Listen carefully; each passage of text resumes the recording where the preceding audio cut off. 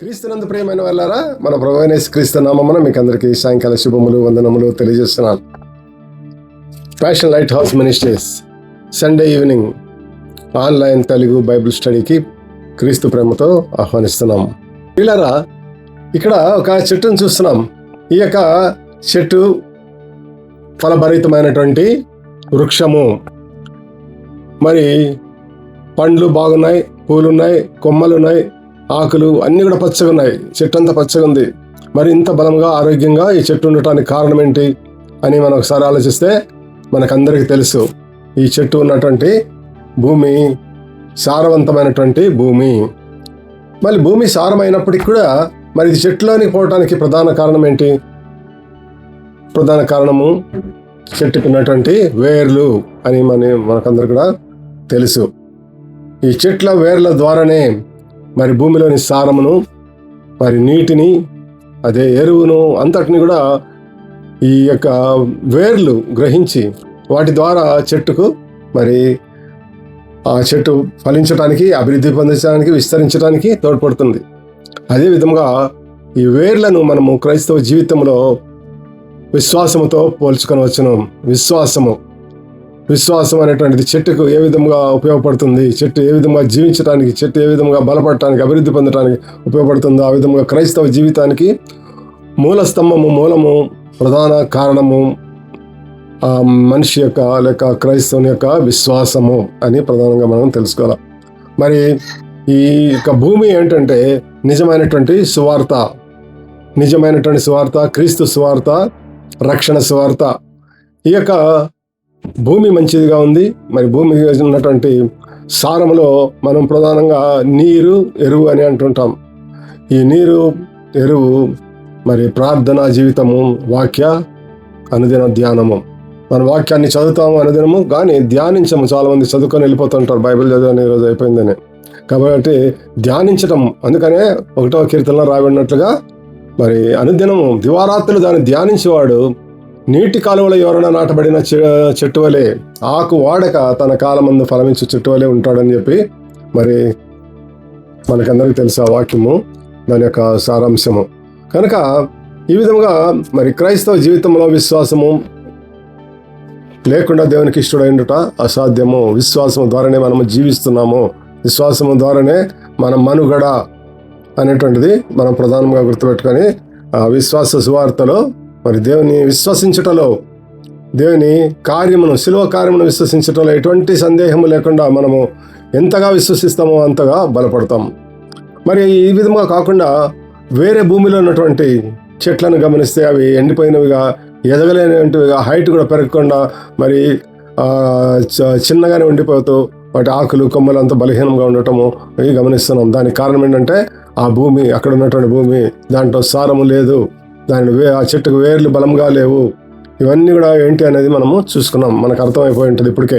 కాబట్టి అవి తప్పుడు సిద్ధాంతములు లేక భిన్నమైనటువంటి సువార్తలు. ఆ యొక్క భిన్నమైనటువంటి సువార్తలను నాటబడినటువంటి చెట్లు ఏ విధంగా ఉంటాయంటే అవి ఎదుగుతాయి, కొంత దూరం ఫలించి మళ్ళా ఎండిపోవటము, మరి ఆకులు రాలిపోవటము, పువ్వులు పూయకపోవటము, ఆత్మ ఫలములు వాటికి లేకపోవటం అనేటువంటివి మనము గమనిస్తుంటాం.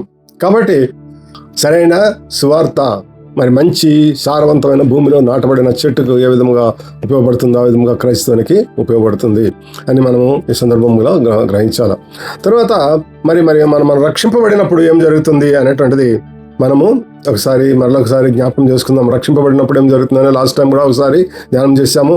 మరి మనము విశ్వాసం ద్వారా, దేవుని కృప ద్వారా రక్షింపబడిన తర్వాత మరి ప్రతి ఒక్క మనిషి కూడా ప్రతి ఒక్క విశ్వాసిగా మారుతాడు. విశ్వాసము ద్వారానే రక్షింపబడ్డాం కాబట్టి అప్పటి నుండి విశ్వాసి అని మనము పిలువబడతాం. ఆ విశ్వాసము ద్వారా, కృప ద్వారా రక్షింపబడిన మనలో మరి క్రీస్తు జీవిస్తూ ఉంటాడు.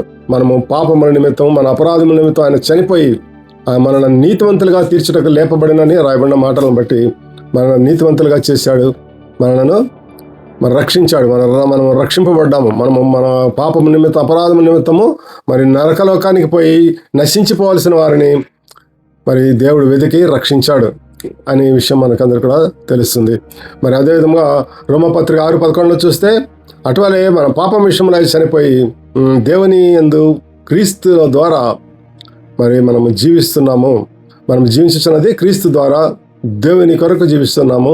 మరి మన పాపముల నిమిత్తం మనం చనిపోయిన వారం గాను, క్రీస్తు విషయం జీవించేవారు గాను మనము ఉన్నాము అని మరి గలతీ పత్రికలో రాబడినది. అదేవిధంగా 2 కొరింథీ 5:17 చూస్తే, ఎవడైనా క్రీస్తునందు వాడు నూతన సృష్టి అని రాయబడి, నూతనంగా మనము మరలా సృష్టింపబడ్డాం. పాత జీవితం అంతా కూడా అక్కడితో తీసివేయబడింది.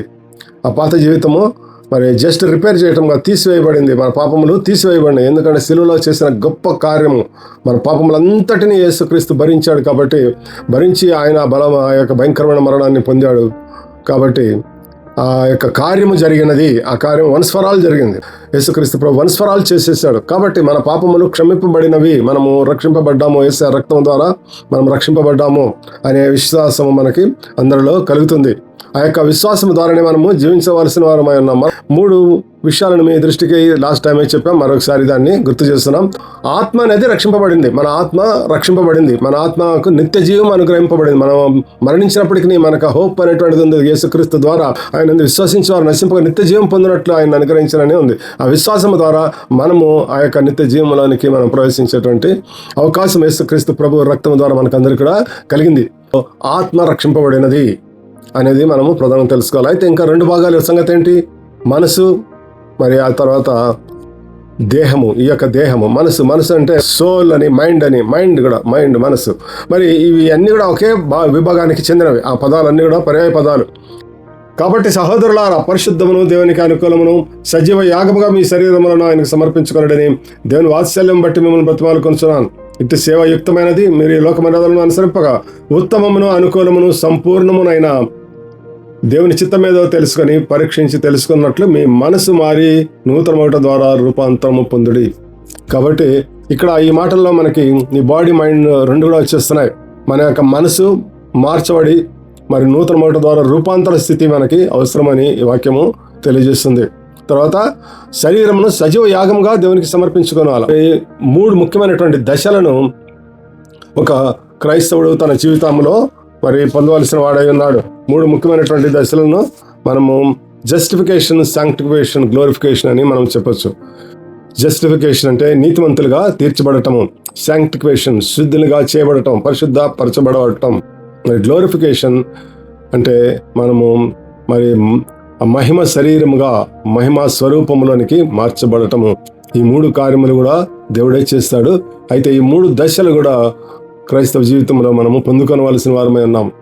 మన యొక్క ప్రత్యేకతలను బట్టి మనము పవిత్ర జీవితాన్ని, ఈ లోకంలోనే జయకరమైనటువంటి జీవితాన్ని, ఈ శరీరం, ఈ బాడీ, మైండ్ అండ్ సోల్తోనే ఏ విధంగా జీవించవచ్చు అనేది తెలియజేయడానికి యేసుక్రీస్తు ప్రభు మరి మానవ శరీరముతో ఈ లోకానికి వచ్చాడు. జస్టిఫికేషన్, మరి శాంక్టిఫికేషన్, గ్లోరిఫికేషన్. నీతిమంతులుగా తీర్చబడుటకై ఆయన మరణించి మనం నీతిమంతులుగా తీర్చుటకై లేపబడినాడు అనే వాక్య ప్రకారం మనము నీతిమంతులుగా మనము చేయబడుతున్నాం. అది మనము ఆయన యందు దేవుని నీతి అగినట్లు పాపం ఎరగని ఆయన మన కోసము పాపముగా మారినని 2 కొరింథీ 6:21 రాయబడినది. ఆయన పాపం ఎరగనటువంటి వాడు. అయితే ఆయన మనలను నీతిమంతులుగా చేయటం కొరకు, మన పాపం తీసివేసి, ఆ మురికిని, ఆ కల్మషం, దోషమును తీసివేసి మనం నీతిమంతులుగా చేయడానికి ఆయన నీతిని మనకిచ్చాడు. ఆయన మన పాపం అంతటిని తన మీద వేసుకున్నాడు. ఆ పాపం వేసుకున్నాడు కాబట్టి ఆ పాపమునకు ఆ యొక్క శిక్షను అనుభవించాల్సి వచ్చింది. అది తండ్రి అయిన దేవుని యొక్క ప్రణాళిక. కాబట్టి ఆ విధంగా నీతివంతులుగా చేశాడు. అదేవిధంగా శాంక్టిఫికేషన్ అనేది చూస్తే శుద్ధీకరణ, మనం శుద్ధులుగా చేయబడటం మన కొరకు. మరి ఆ శరీరములకు, ఆత్మకు కలిగినటువంటి కల్మషం కడుక్కొని మనము శుద్ధులుగా చేసుకుందాం, మనము పవిత్రపరచుకుందామని 2 కొరింథీ పత్రిక 7వ అధ్యాయం మొదటి 2 వచనాల్లో రాయబడి ఉంటుంది. మన శరీర ఆత్మలకు కలిగిన కల్మషము, మన బయట నుండి మనం వచ్చినప్పుడు వెంటనే కాళ్ళు చేతులు ఏ విధంగా కడుక్కుంటామో ఆ విధంగా మనం ప్రతి దినం కూడా ఈ యొక్క శాంక్టిఫికేషన్ అనేది మనం చేసుకోవాలి. అందుకని యేసుక్రీస్తు ప్రభు నన్ను వెంబడించేవాడు ప్రతి దినము తన సిలువనెత్తుకొని నన్ను వెంబడించాలని చెప్పి ఉన్నాడు.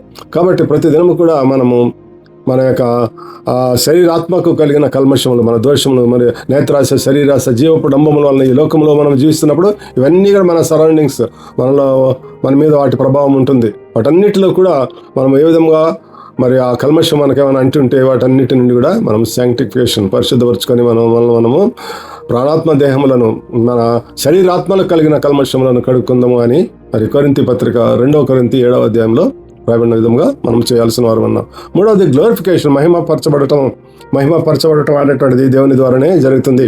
మరి మరణించిన తర్వాత మహిమ స్వరూపంగా మార్చబడటానికి, దేవుని రాకడ సమీపంలో మనం అందరంగా మహిమ శరీరంలోనికి మార్చబడటానికి, మరి ఈ యొక్క లోకంలో ఉన్నటువంటి ఈ యొక్క శరీరము నశించిపోయి మరి మహిమ శరీరముగా మనం మార్చబడినప్పుడు ఆ మహిమ శరీరంతోనే పరలోక రాజ్యంలో మనము జీవించగలుగుతాం. పత్రిక మరి 8వ అధ్యాయము 30వ వచనంలో మనం చూస్తే, ఆయన ఎవరిని ముందుగా నిర్ణయించనో వారిని పిలిచెను, ఎవరిని పిలిచెనో వారిని నీతివంతులుగా తీర్చెను, ఎవరిని నీతివంతులుగా తీర్చెనో వారిని మహిమపరచెను అని రాయబడి ఉంది. చాలా శ్రేష్టమైనటువంటి మాట ఇది. మనం అందరం కూడా we are chosen people, we are selected people అనేటువంటి విషయము మనం గ్రహిస్తే చాలా తప్పనిసరిగా దేవుని కొరకు మనము మన జీవితాంతం జీవించాలనేటువంటిది కలుగుతుంది. అక్కడ జగత్పునాది వేయకపడక ముందే ఆయన ప్రేమ చేత, తండ్రి అయిన దేవుడు ప్రేమ చేత యేసుక్రీస్తులో మనను ఏర్పాటు చేసుకున్నాడు అని రాయబడి ఉంటుంది. కాబట్టి యేసుక్రీస్తు ప్రభు మరి శిలువలో చేయాల్సిన కార్యము, ఆ తర్వాత మనకు వచ్చే రక్షణ, దాని ద్వారా యేసుక్రీస్తు ప్రభు ద్వారా మనము దేవుని పిల్లలయ్యాము.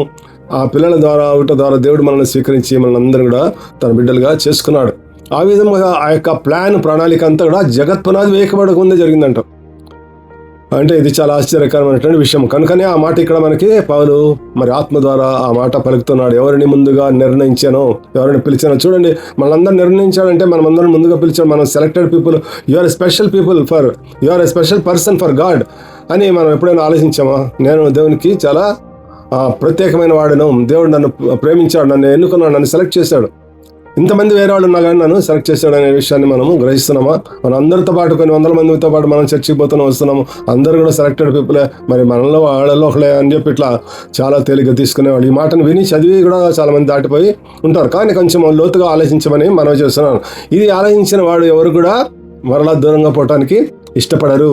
కాబట్టి ఆ యొక్క మాటలను మనము మరి దేవుడు ఈ సందర్భంగా మనకి జ్ఞాపకం చేసుకుంటున్నాడు. మరి తర్వాత మరి రక్షణ పొందిన వ్యక్తి, చివరిగా మనం ముగించే ముందు, రక్షణ పొందిన వ్యక్తి పాపం చేస్తే ఏం జరుగుతుంది అనేటువంటిది మరి మొదటి నుండి మన కొంతమందికి ఈ యొక్క సందేహం ఉంది. ఆ విషయం మరొకసారి క్లియర్ చేసుకుందాం. మరి ఎవరు వారి రక్షణను కోల్పోతారు? పాపం చేసిన వెంటనే రక్షణను కోల్పోతామా? మరి ఎవరు రక్షణ పొందుతారు అనే విషయాన్ని కూడా చివరిలో మనము ఒకసారి ధ్యానం చేద్దాం. అసలు రక్షింపబడిన వ్యక్తికి పాపం గురించి, మరి ఆ శాపం గురించి, వీటి గురించి వాడికి ఏ విధంగా వాళ్ళకి భయం ఉండదు, ఆలోచన ఉండదు, ఏమి ఉండదు. మనకి ఎప్పుడైతే రక్షణ పొందుతామో ఆ రక్షణ పొందిన వారికి పాపము అంటే ఏంటి అని, దాని యొక్క ఫలితం ఏంటి, పర్యవసానం ఏంటి, అది అర్థమవుతుంది. కాబట్టి ఆ రక్షణ పొందినప్పటి నుండి మనం పాపానికి దూరంగా ఉండటానికే ప్రయత్నం చేస్తాం. లోకంలో అనేక శోధనలు కలుగుతాయి.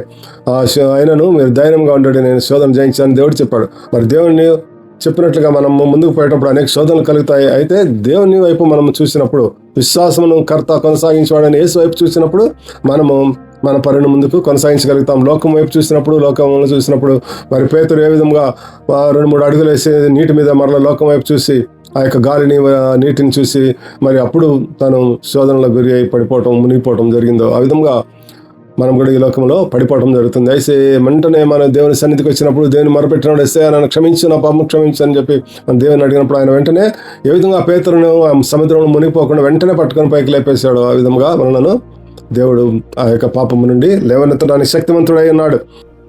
ఏదైనా విషయాన్ని మళ్ళీ మళ్ళీ చేస్తున్నట్లయితే, ముఖ్యంగా తప్పుడు పనులను, చెడు పనులను మళ్ళీ చేస్తున్నట్లయితే మన శరీరము, ముఖ్యంగా మన మనస్సు దానికి అలవాటు పడిపోయి మనము దానికి అడిక్ట్ అయిపోతాం. దాన్నే హ్యాబిచువల్ సిన్ అని అంటారు, అంటే అలవాటుగా వచ్చే పాపము అని.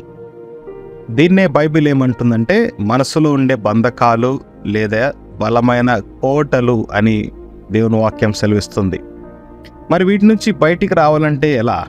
ఒక ప్రక్రియ ఖచ్చితంగా జరగాల్సిందే, అది శుద్ధీకరణ. ఇందాక మనం చూసిన చార్ట్లో 2వ స్థాయి అంటే సెకండ్ స్టెప్ ఉంది. ఆ సెకండ్ స్టెప్ శుద్ధీకరణ, శాంక్టిఫికేషన్. అంటే లోకం నుండి, లోకపు ఆచారాల నుండి ప్రతిదినము ప్రత్యేకించబడటం అన్నమాట. ఇది ప్రతిదినము జరిగే ప్రక్రియ. ఇది మనస్సు లేదా ప్రాణము లేదా సోల్ని చేంజ్ చేసే ప్రక్రియ, మైండ్ని ట్రాన్స్ఫార్మ్ చేసే ఒక ప్రక్రియ. మనం యేసుక్రీస్తులో నమ్మకం ఉంచినప్పుడు నీతివంతులుగా నిర్ణయించబడ్డాం, నిర్ధారించబడ్డాం. క్రీస్తులో మన స్థానము నీతివంతులు అని చేయబడింది. ఇది ఆత్మకార్యము, ఆత్మలో జరిగే కార్యము. మన మనసు రక్షణలో మార్చబడలేదు, మన శరీరం కూడా రక్షణలో మార్చబడలేదు. అయితే మనస్సు మారే ఆ ప్రక్రియను శుద్ధీకరణ అని అంటారు. శుద్ధీకరణ రక్షణ కాదు, రక్షింపబడ్డవాడు శుద్ధీకరణ పొందాలి. ఇది పాపం గురించే కాదు, విక్టోరియస్ క్రిస్టియన్ లైఫ్, జయకరమైన క్రైస్తవ జీవితం కావాలంటే మనము మన మనస్సు రూపాంతరం చెందాలి, శుద్ధీకరణ పొందాలి.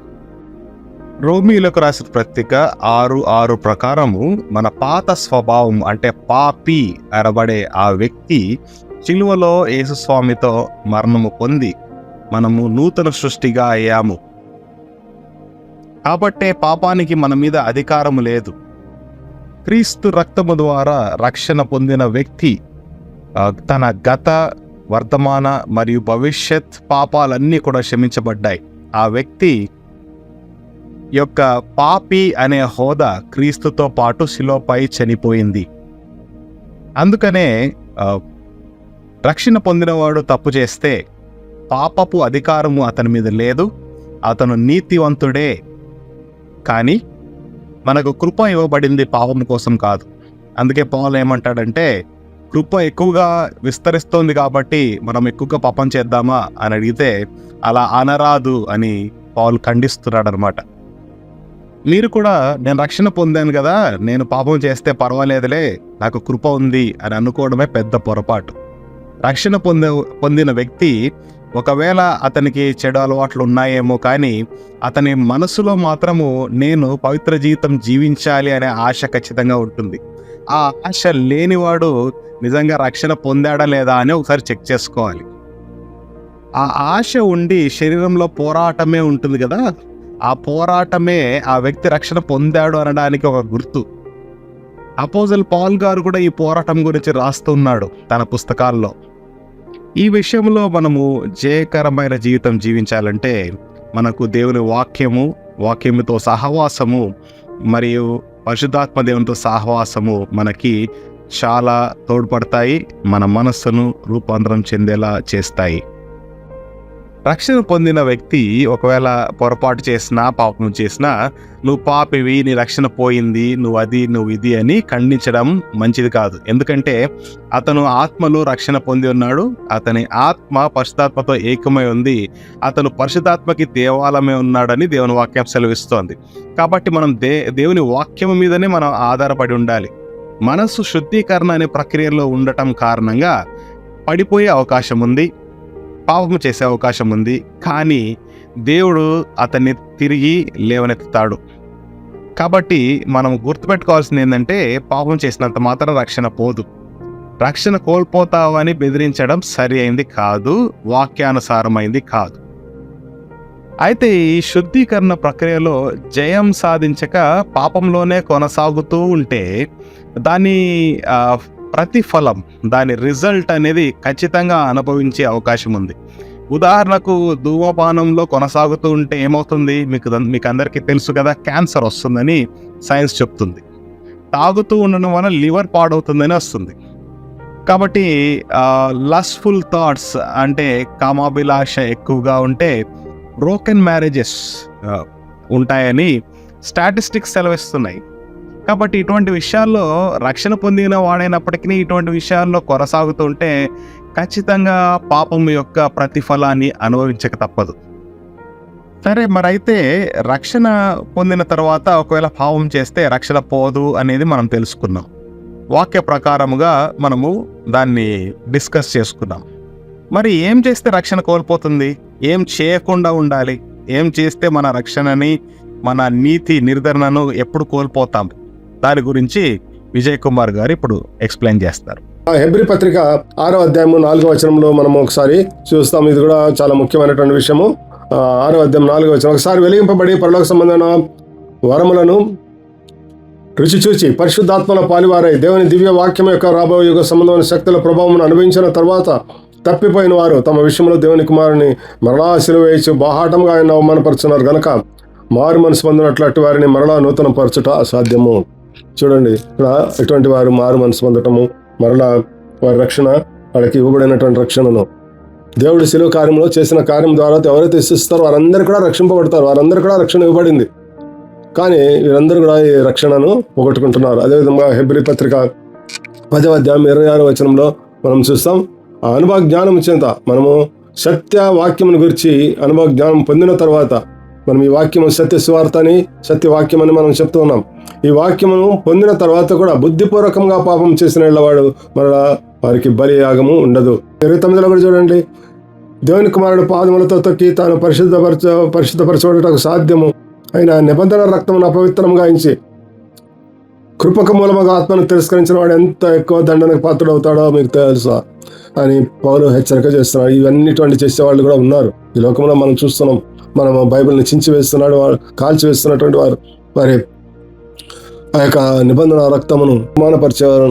వీటన్నిటిని బట్టి మరి ఎటువంటి శిక్ష గురి అవుతారని చెప్పి ఇటువంటి వారి గురించి భ్రష్టులు అనేటువంటి పదం కూడా బైబిల్లో రాయబడినది. దేవుడు ఈ యొక్క మాటలను చాలా స్పష్టంగా వారికి తెలియజేస్తున్నాడు. వారికి నిత్య పాపములో చేసిన వాడిగా ఉంటాడు, వాడికి క్షమాపణ అనేది లేదు. కాబట్టి ప్రియులారా, ఈ విషయాలన్నీ కూడా మనము జ్ఞాపకం చేసుకుందాం. దేవుడు మరి అనేక విషయాలను మనకి వాక్యం ద్వారా తెలియజేస్తున్నాడు. దీని ద్వారా మనం వాక్యంలో ఎదగటానికి, బలపడటానికి, మరి క్రైస్తవ జీవితంలో ఆధ్యాత్మికంగా మరి మహోన్నతమైన దశకు చేరడానికి దేవుడు మన ముందుంచినటువంటి ఈ 3 అంశాలను మనము, ఈ 3 దశలను కూడా మనము పొందుకుందాం. మనము జస్టిఫికేషన్, శాంక్టిఫికేషన్, మరి గ్లోరిఫికేషన్ అనేటువంటి మాటలు ప్రార్థన చేసుకుందాం. అటువంటి గొప్ప భాగ్యము దేవుడు మనకందరికీ దయచేయను గాక. మహాపరిశుద్ధుడైన మా పరలోక తండ్రి, మీ వాక్యం ద్వారా మాతో మాట్లాడినందుకే మీ స్తోత్రం. మీ యొక్క వాక్యంలోని సారాంశం గ్రహించడానికి, మీ యొక్క ప్రణాళికను మేము తెలుసుకోవడానికి, జగత్ పునాది వేయకముందే మీ యొక్క ప్రేమ చేత, మీ యొక్క దయా సంకల్పము చేత మీరు చేసిన ఈ యొక్క ఏర్పాటును బట్టి మీకు స్తోత్రం చెల్లిస్తున్నాం. ఈ వాక్యం వింటున్న ప్రతి బిడ్డను మీరు దీవించండి, ఆశీర్వదించండి. వారు ఈ వాక్యం ద్వారా బలపడటానికి, ఎదగటానికి, మరి దాని ద్వారా మీ నామం మహింపరచబడటానికి సహాయం చేయమని అడుగుతూ, సమస్తమైన ఘనత మహిమ మీకే చెల్లిస్తూ యేసు నామమున ప్రార్థిస్తున్నాం తండ్రి, ఆమేన్. మన తండ్రి అయిన దేవుని ప్రేమ, కుమారుడైన యేసుక్రీస్తు ప్రభు కృపయు, పరిశుద్ధాత్మ దేవుని యొక్క అన్యోన్య సహవాసం మనకందరికీ ఇప్పుడు ఎల్లప్పుడూ సదాకాలం తోడైండును గాక. ఆమేన్. Praise the lord. God bless you.